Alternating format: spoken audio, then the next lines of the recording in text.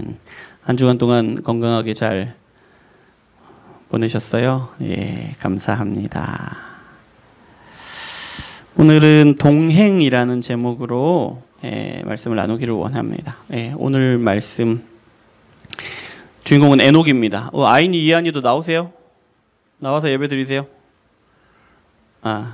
자, 오늘 말씀을 보면 우리가 읽지는 않았는데 5장 말씀을 이제 계속해서 이제 연결해 가는 거예요. 지난주에 가인과 아벨이었죠. 가인과 아벨을 나누고 오늘은 에녹에 대해서 나눌 거예요. 근데 5장이 처음에 어떻게 시작하면 아담의 계보를 적은 책이니라 이렇게 시작됩니다. 아담의 계보. 계보라는 말이 있어요. 계보. 우리말로는 뭐라고 하죠? 족보라고 하죠. 족보.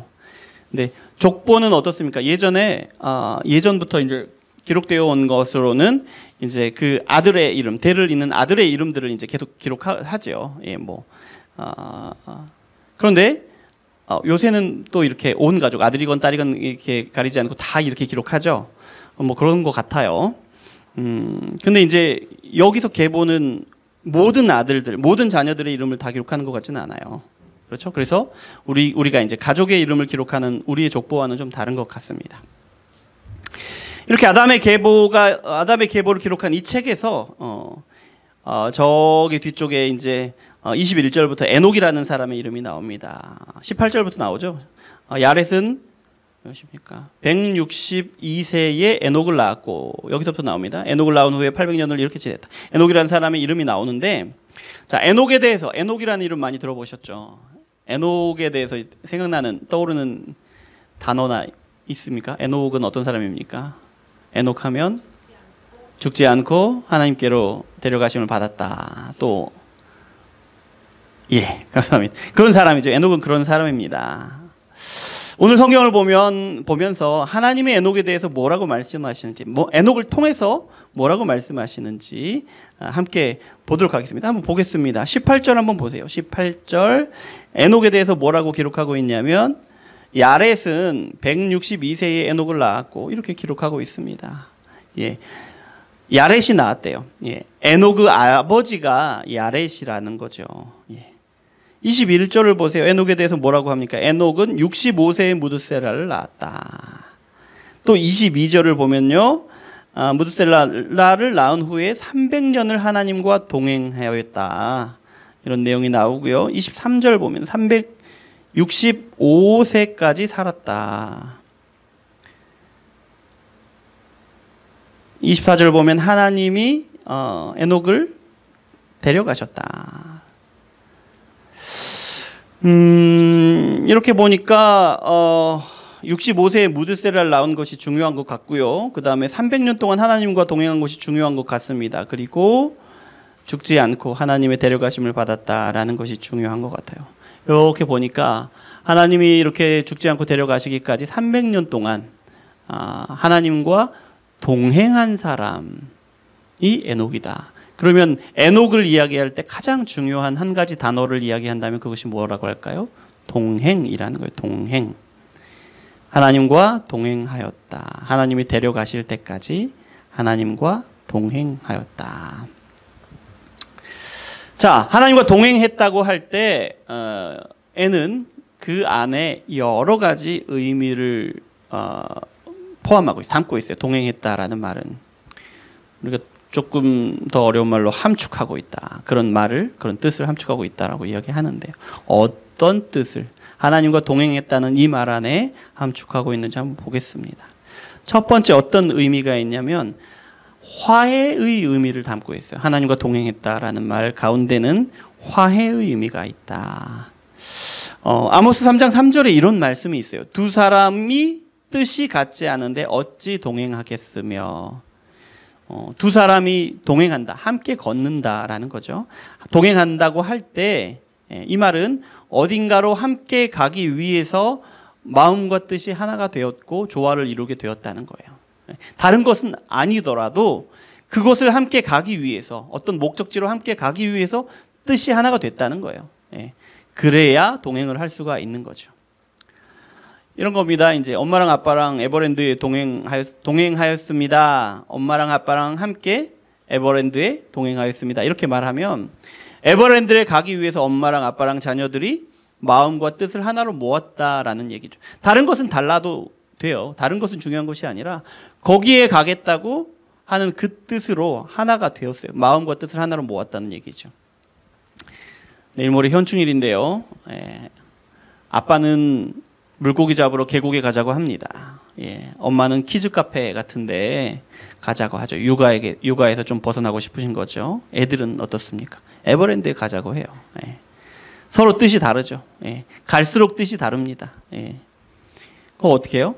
가족 회의를 합니다. 오랫동안 해야 돼요. 왜냐하면 서로 자기가 가고 싶은 곳으로 가자는 거예요. 막 싸웁니다. 아니 내가 가고 싶은 데로 가자고. 그러다가 결론을 내리는데 어떻게 내렸냐면 에버랜드로 동행하기로 한 거예요. 서로 마음과 뜻이 달랐어요. 가고 싶은 곳이 달랐어요. 그래서 서로 다투었지만 화해를 하고 마음의 뜻을 모아서 에버랜드로 동행하기로 한 거예요. 에녹은 어떤 사람입니까? 에녹은 보세요. 5장 1절에 아담의 계보라고 이야기했죠. 아담의 계보가 어떤 계보입니까? 하나님 앞에 범죄한 죄인들이에요. 여전히 범죄한 죄인들이에요. 하나님과의 관계가 회복된 사람들이 아니라는 거예요. 여전히 죄를 지은 사람이에요. 죄를 지은 사람은요, 하나님과 함께 할 수 없어요. 하나님이 죄와 함께 하시지 않으니까. 그런데 죄를 지은 사람, 그 사람 자체도 하나님을 싫어해요. 함께하고 싶어 하지 않아요. 하나님과는 뜻이, 마음이 달라요. 그런데 에녹은 어땠다고 합니까? 에녹이 하나님과 동행하게 되었다라는 거예요. 어떤 뜻이 담겨 있냐면 에녹이 하나님과 화해하게 되었다는 거예요. 에녹의 죄의 문제가 하나님께서 해결해 주셨다라는 거예요. 그래서 어떻게 되었느냐? 에녹의 마음과 에녹의 뜻이 하나님과 같아졌다는 거예요. 그래서 어떻게 되었어요? 하나님이 가시는 그 길이 에녹이 가는 길이 되었다라는 뜻이라고요. 에녹이 하나님과 동행했다는 말이 이런 뜻입니다. 두 번째 또 어떤 의미가 있냐면 하나님과 동행한다는 말은 하나님처럼 거룩하게 되었다라는 말이 담겨 있어요. 조금 어려운 말로 본질이 일치한다라는 뜻이에요. 무슨 말이냐면 사람이 죄인이 되었잖아요. 죄인이 되었어요. 하나님과 함께 할 수 없게 되었습니다. 그런데 에녹은 하나님과 동행하였다고 하죠. 이 말은 에녹이 더 이상 죄인이 아니게 된 거예요. 죄를 용서받은 거죠. 그래서 어떻게 되었냐면 죄 용서받은 에녹이 다시 아담이 죄를 짓기 전처럼 하나님의 거룩함에 속하게 되었다라는 그런 뜻이에요. 그래서 하나님을 닮은 거룩함이 에녹에게 있게 되었다라는 그런 뜻입니다. 자, 세 번째, 하나님과 동행한다는 말은요, 도덕적으로 합당한 사람이 되었다라는 뜻이에요. 착하고 선하게 살게 되었다는 뜻이죠. 그런데 중요한 것은 착하고 선하게 사는데 중요한 것은 그것이 하나님의 뜻대로라는 거예요. 착하고 선한 사람 참 많습니다. 여기 지금 다 이렇게 신앙생활 하신 지 오래 되셨지만 주변에 보면 우리보다 훨씬 착하고 선한 사람들이 많아요. 그렇죠?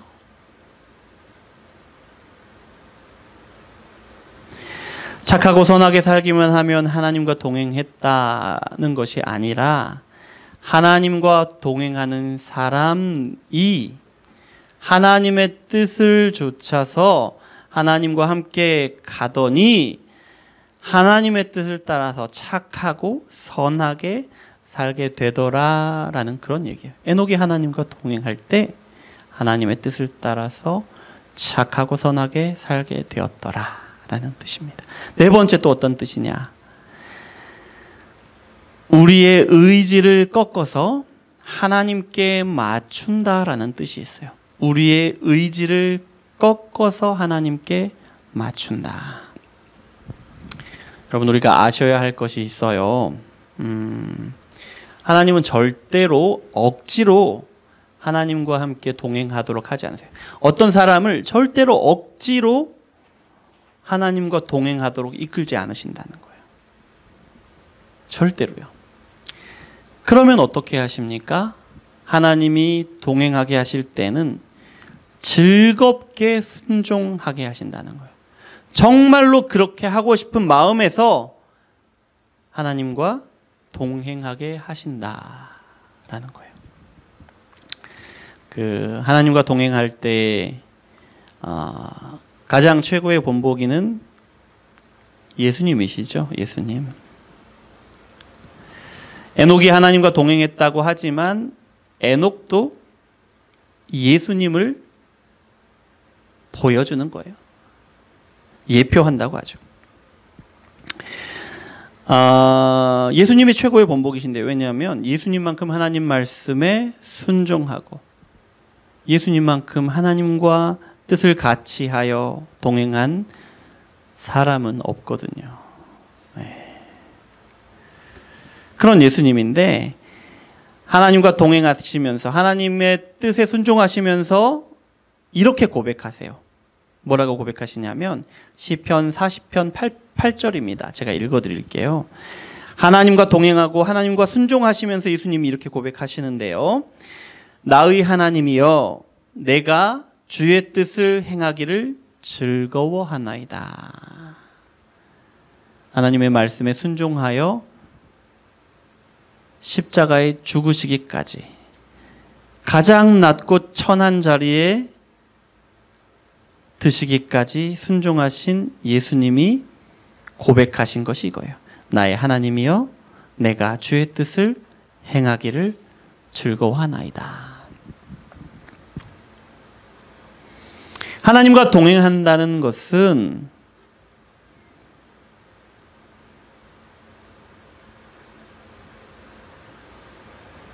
그것이 우리의 마음속에서 우러나와서 우리가 정말로 원해서 하나님의 뜻에 순종하려는 그런 의지가 우리에게 일어난다라는 거예요.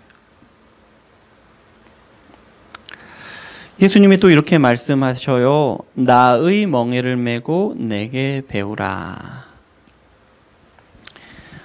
세상을 살아가는 데 있어서 우리가 짐을 져야 될 것이 있다면, 져야 될 짐이 있다면, 멍에가 있다면 그것은 뭐냐? 예수님이 지신 멍에밖에 없다는 거예요. 우리가 세상을 살아가는데 져야 할 유일한 짐이라는 것은 예수님이 지신 멍에. 그러면 그 멍에가 뭐냐?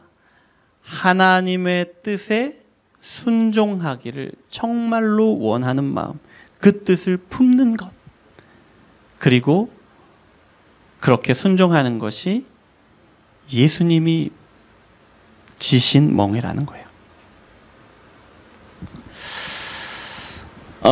우리가 원하는 대로, 남들이 살아가는 대로 살고 싶은 그런 뜻을 꺾고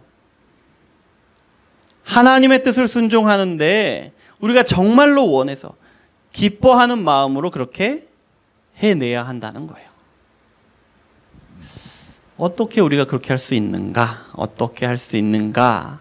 라고 했더니 예수님께 배우라고 합니다. 예수님께서 하신 것들을 성경을 통해서 배우라는 거죠. 여러분 보세요. 우리가 이제 저도 이제 내일 모레 50이고 우리가 인생을 살다 보면 우리 인생을 돌아보게 되잖아요.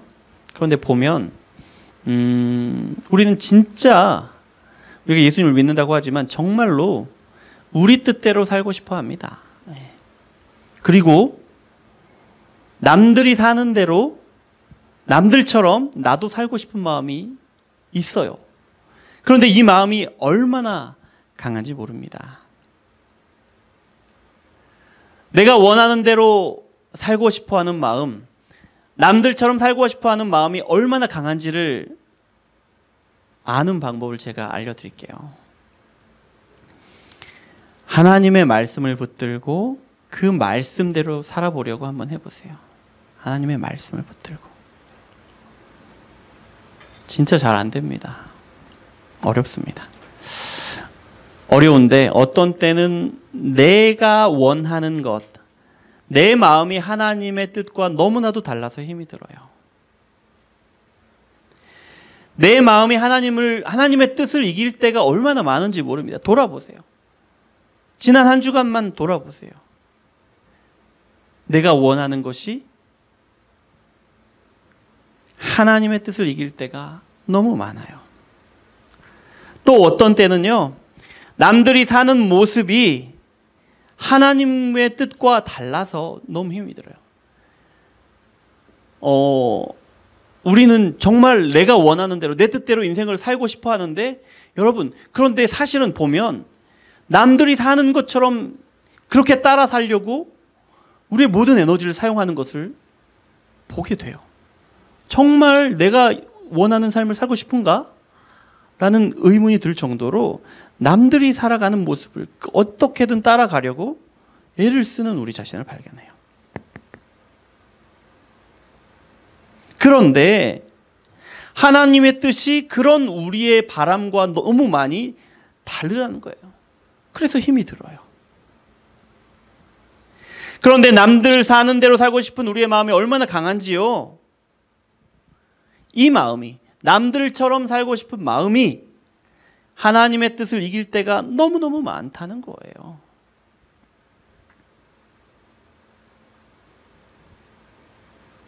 그래서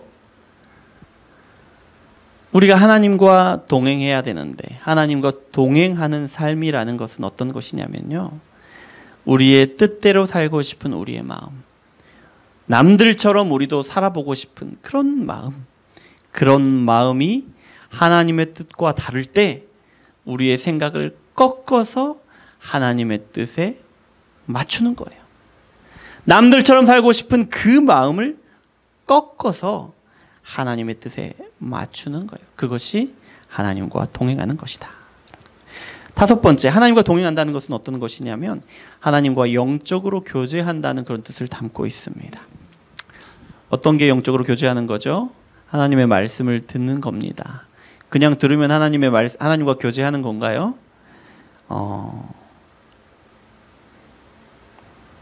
하나님의 말씀으로 우리의 삶을 비추는 거예요. 하나님의 말씀으로 우리 삶을 비추는 거예요. 하나님의 말씀으로 우리 삶을 비춘다는 것은 어떤 겁니까? 이 말씀대로 우리가 살고 있는가 생각해 보는 거죠. 이 말씀대로 살려면 내가 어떻게 해야 하나? 내가 포기해야 하는 것은 무엇이고 내가 더 애써야 하는 것은 무엇인가? 지금 당장 내가 할 수 있는 것은 무엇인가? 이렇게 생각해 보는 것. 말씀에 비추는 것입니다. 또 하나님과 교제한다는 것은 무엇입니까? 기도하는 거예요. 우리가 소원하는 것들 있죠. 기도의 제목들이 있습니다. 네. 그걸 가지고 기도하는 거예요. 왜냐하면 우리가 우리 소원을 가지고 기도할 수 있는 것은 하나님이 우리의 아버지이시기 때문에 그래요. 우리의 기도를 들으시고 우리의 소원을, 우리의 필요를 채우시는 것이 우리 하나님이시기 때문에. 여러분, 기도하면서 많이 이렇게 느끼셨을 거예요. 우리가 기도할 때 하나님이 우리의 필요를 채우시는구나 경험할 겁니다. 우리가 기도할 때에 우리의 필요를 채우시는 그 경험을 해나가는 거예요. 그러면서 느끼는 거죠. 아, 하나님이 진짜 내 기도를 듣고 계시는구나. 아, 하나님이 정말로 내 기도에 응답하시는구나. 하나님이 나의 필요를 이렇게 채우시는 것을 보니까 하나님이 정말로 나를 사랑하시는구나. 진짜 하나님이 내 아버지가 맞구나. 이렇게 기도하면서 하나님이 어떤 분이신지, 우리가 하나님께 어떤 사람들이, 어떤 존재인지를 확인해 나가는 거죠. 하나님과 영적으로 교제하는 겁니다. 그런데요, 우리가 이제 우리의 필요만 가지고 그것만을 위해서 기도하지 않죠. 그래서는 안 되죠. 우리가 필요라고 할 때 그것은 이제 육신의 필요입니다. 육신의 필요를 나쁜 것이라고 말할 수 없는 게 나쁘지 않아요. 나쁜 것이 아닙니다. 왜냐하면 이 땅을 우리가 살아가기에 반드시 필요한 것들이기 때문에 그래요. 필요하죠. 그래서 기도해야 합니다. 하지만 그것만 기도해서는 안 되는 게 육신의 필요뿐만 아니라 영적인 필요가 우리에게 있거든요.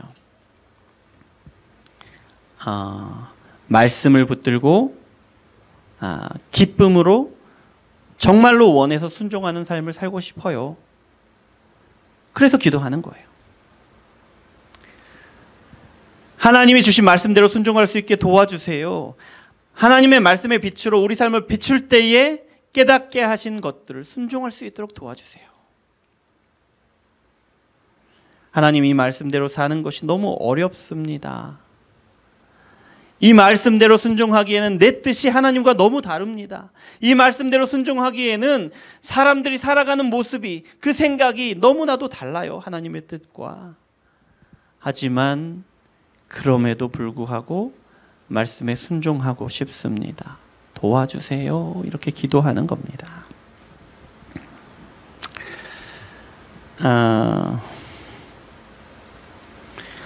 지금까지 하나님과 동행한다는 말이 담고 있는 그 함축적인 의미에 대해서 나누어 봤어요. 첫 번째는 화해의 의미를 담고 있고요.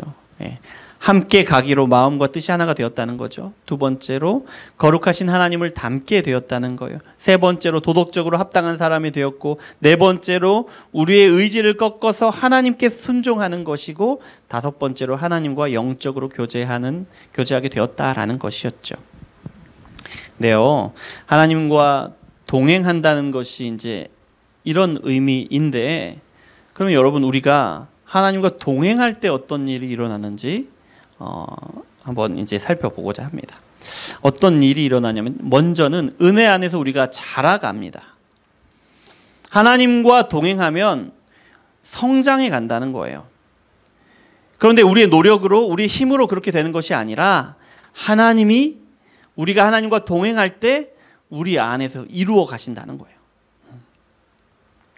여러분, 에녹이 하나님과 함께 300년을 동행했습니다. 300년을 동행할 때 막 처음 하나님과 동행할 때의 그 모습과 300년을 동행한 후에 에녹의 모습이 같았을까요? 전혀 다른 모습이었을 겁니다. 에녹 안에서 어떤 일이 일어났을까? 죄를 더 많이 미워하게 되었을 거예요. 자기 자신에 대해서 생각하는데 더 많이 겸손하고 낮추는 마음을 품게 되었을 거예요. 또요,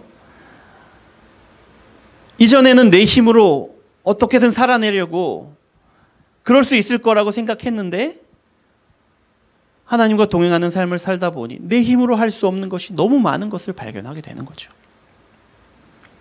그래서 하나님께 더 많이 의지하게 되었을 겁니다. 그러는 가운데 더 많이 하나님을 알게 되고 더 많이 하나님을 경험하게 되었을 거예요. 그러면서 이제 에녹 안에서는 어떤 일이 일어났느냐? 웬만한 일로는 흔들 수 없는 그런 모습이 되었을 거예요. 자, 두 번째, 어떤 일이 일어나느냐? 하나님과 동행할 때에 하나님을 아는 지식에서 성장하게 됩니다. 여러분, 하나님을 안다는 것은요, 우리가 이제 설교를 많이 들어서 우리 머릿속으로 하나님이 이런 분이구나, 책을 많이 읽어서 이런 것이 하나님이구나, 이런 것이 신앙이구나, 우리 삶이 이래야 되는구나, 이것이 아는 것이 아니에요. 논리적으로 사색을 많이 해서 책을 많이 읽어서 아는 것이 아니라는 거예요. 우리가 듣고 읽어서 알게 된 지식들이 있어요. 오랫동안 신앙생활을 했으니까 얼마나 많겠습니까? 그런데 그 지식들이 어느 순간에 깨달아지는 거예요. 어떻게요? 이 말씀이 진짜구나. 이 말씀이 진짜로 이루어지는구나. 이 말씀이 진짜 나에게 주시는 말씀이구나. 나를 위해서 이 일을 기록하신 거구나. 성경 속에서 이루신 이 일이 정말로 나를 위해서 행하신 일이구나. 정말로 나를 구원하시는구나. 정말로 나를 사랑하시는구나. 어느 날 문득 이렇게 깨닫는 거예요. 이것이 하나님을 아는 지식입니다. 그런데 이 지식이 하나님과 동행할 때 자라간다는 거예요. 우리 어려서부터 신앙생활을 해 오다 보면 사실 이제 우리의 믿음이 내 믿음이 아니라 우리 어머니 아버지 믿음이에요. 예. 교회에 나가서 이제 설교도 많이 듣고 성경도 많이 배웠죠. 그래서 알기는 아는 것 같은데 그런데 아직 믿어지지가 않아요. 하지만 어떻습니까? 일단 교회 안 나가면 찝찝하고 나가면 뭔가 이렇게 그 부담을 덜 수 있는 것 같고요. 그래서 교회 나가는데 교회 나가면 막 칭찬해 줍니다. 요즘 같은 때에 드문 청년이다. 드문 성도다. 이렇게요. 그런 칭찬을 듣다 보면 듣고 또 듣다 보면 우리 믿음이 꽤 괜찮은 것 같습니다. 그런데 하나님을 아는 지식이 자라가는데요. 어느 순간 문득 내 믿음이라고 생각했던 그 믿음이 내 믿음이 아닌 걸 발견하게 됩니다. 이런 생각이 들어요. 내가 진짜 하나님을 믿고 있는 건가? 내 믿음에 대해서 의심을 하게 됩니다. 뭐냐면 내 믿음에 대해서 진짜 내 믿음에 대해서 인식하기 시작한다는 거예요. 그때서야 우리의 눈에 내 믿음이라는 것이 보이기 시작하는 거죠. 우리가 교회를 다니는데 열심히 다니는데 내 삶이 교회 안 다니는 내 친구들하고 별로 다르지가 않아요. 내가 진짜 하나님을 믿고 있는 건가? 더 의심이 들겠죠. 하지만 이런 의심은요, 하나님 앞에서 나의 연약함을 발견해 나가는 과정입니다. 하나님을 믿는 자로서 하나님을 닮은 거룩함이 없는 것을, 하나님을 닮지 않는 부정한 모습이 너무 많다는 것을 깨닫는 거죠. 힘들죠. 너무 힘이 듭니다. 본인도 힘들고 주변에서 지켜보는 사람들도 힘이 들고요. 그렇지만 여러분, 우리가 알아야 할 것은 이 모두가 하나님을 알아가는 과정이라는 거예요. 하나님을 믿는 하나님의 자녀라는 우리 자신을 알아가는 과정이라는 거예요. 그런데 어떻다고요? 정말 믿음이 있는 사람인가 의심이 될 정도로 우리의 모습이 그렇게 연약하더라는 거예요. 의심이 생기죠. 내가 알아온, 내가 믿어온 말씀이 말하는 하나님의 자녀의 모습은 이런 것이 아니었는데 우리 모습이 너무 다르다는 거예요. 또 어떤 경우에는요, 나름대로 예수님을 잘 믿는다고 생각해요. 그런데 사는 것이 너무 힘이 들어요. 직장 생활이 너무 힘이 듭니다. 사업이 잘 풀리지가 않아요. 자녀를 키우는데 너무 어려워요. 대인관계는 왜 그렇게 어려운지, 왜 나를 이렇게 힘들게 하는 사람들이 어딜 가나 있어요. 언제나 있습니다. 도대체 왜 거기 있는지 모르겠어요. 나는 예수님을 잘 믿는다고 믿는데, 열심히 하는데 왜 이렇게 힘이 들까요? 이 힘든 문제들을 가지고 하나님 앞에 나와서 해결해 달라고 기도하는데 왜 문제를 해결해 주시지 않으시죠? 나를 정말 사랑하시는 거 맞나요? 내가 구원받는 거 맞나요? 내가 정말 하나님의 자녀인 거 맞나요? 정말 하나님이 계신 건 맞습니까? 이런 의문이 일어납니다. 불신앙 같은 모습이잖아요. 불신앙의 모습인 것 같잖아요. 그렇지 않아요. 모두가 하나님을 아는 지식 안에서 자라가는 과정입니다.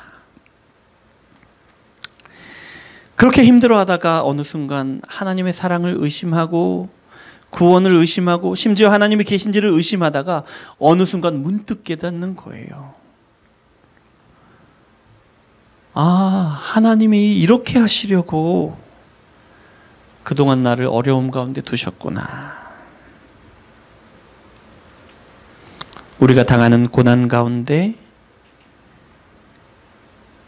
하나하나 하나님이 거기에 우리를 두시는 목적들을 찾아내게 됩니다.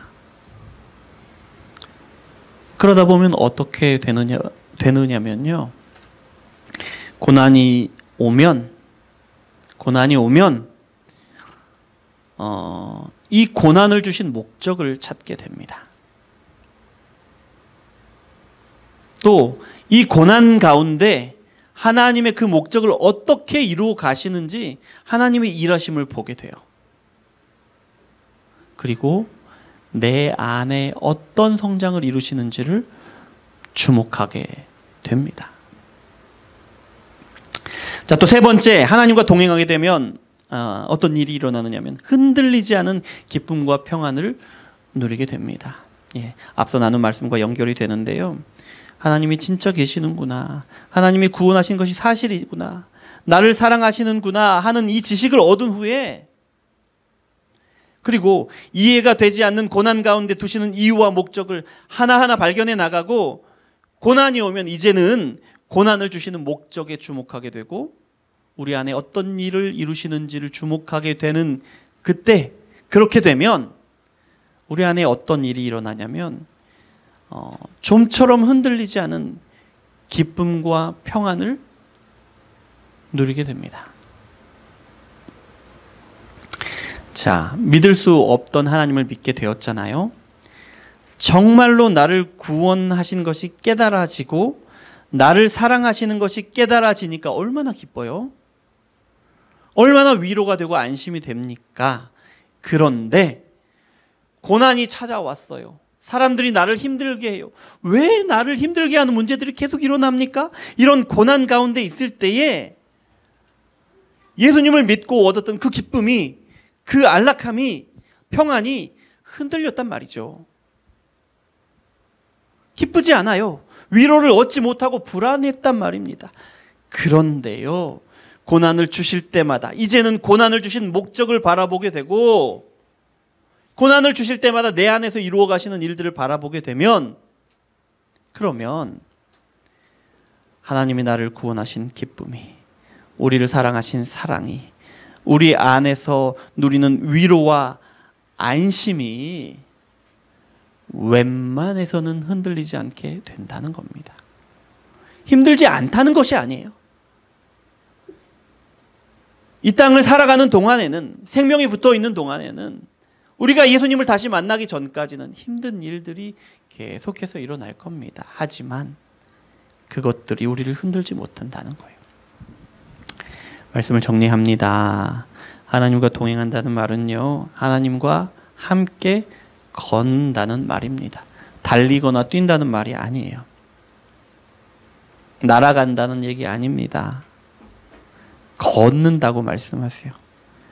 동행한다는 말은 하나님과 함께 걷는다는 얘기예요. 이 말은 더디다고 느낄 수 있다는 거예요. 더디다고 느낄 수 있습니다.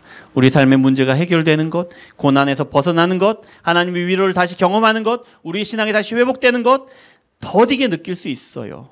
하지만 분명히 나아가게 하신다는 거예요. 하나님이 우리와 함께 걸으셔서 분명히 나아가게 하신다는 거예요.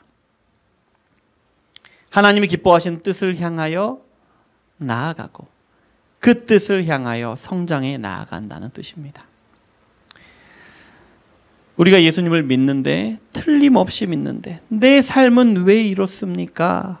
예수님을 믿는데 내 신앙은 왜 이렇습니까? 이런 의문이 한두 번 들 때가 드는 것이 아닐 겁니다. 어려움을 만날 때마다 많이 생각해 왔을 것이고 내 신앙의 진보가 없는 것을 경험할 때마다 그런 생각이 들었을 거예요.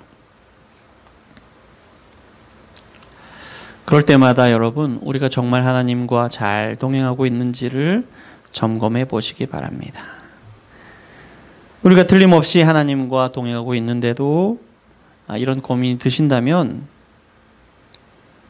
그것은요, 하나님이 이제 우리를 성장하게 하시려는 시동을 거시는 겁니다. 그러니까 여러분, 우리가 예수님을 믿는데 내 삶은 왜 달라지지 않습니까? 이런 마음 속에서 내 삶 가운데 이루시기를 원하시는 하나님의 계획을 보시기 바랍니다. 예수님을 믿는 내 신앙이 왜 이렇게 더디게 자랄까요? 이런 의문이 들 때마다 우리 안에서 영적인 성장을 이루시려는 하나님의 계획을 보실 수 있기를 축원합니다. 기도하겠습니다. 사랑의 하나님, 참 감사합니다. 우리를 사랑하셔서 말씀 주시니 감사합니다. 주와 동행함으로, 주님과 함께 걸음으로 우리 안에서 이루시는 놀라운 역사들을 하루하루 한 날 한 달 경험해 나아갈 수 있도록 주여 역사하여 주시옵소서. 예수 그리스도 이름으로 기도합니다. 아멘.